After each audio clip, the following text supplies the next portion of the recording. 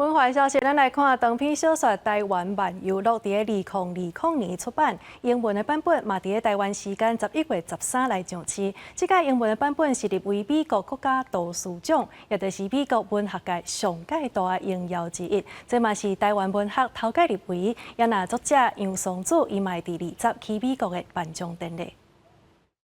2020年出版的长篇小说《台湾漫游录》，捌入围2023年第6届台湾历史小说奖。伫2023年由翻译做日语出版，11月13翻译做英语的版本也伫台湾上市。作者杨尚祖表示，作品内底侪台湾实物，是受到侪日本读者的回响。我们有非常奇异的部分，就是他们完全不了解这食物，但共同点是我们对于这个食物的爱好或者是兴趣，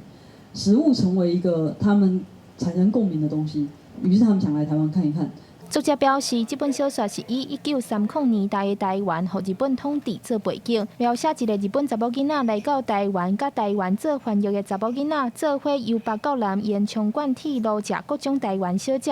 以台湾bản岛菜有12项的概念分做12个章节，每一个章节的号名也会当看到台湾的小食，亲像瓜子、冬瓜茶等等。台湾小说家平路也表示，小说内底除了展现台湾的小食，也用女性情感来比喻实名者甲非实名的人之间的关系。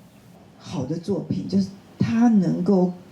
更加呈现，不只是台湾的现状。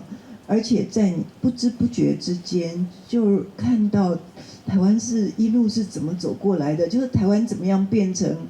今天的台湾。台湾为什么会恐惧一些事情啊，包括强权？台湾为什么会有这样的身世？台湾漫游录英译的版本，即届入围美国国家图书奖，这是台湾文学头届入围美国指标性的文学大奖。台湾小说家自由分讲，这是台湾文学让世界看到真重要的一步路，也展现台湾若是要行向世界，愈在地愈国际。记者张家佳、谢桂玲台北报道。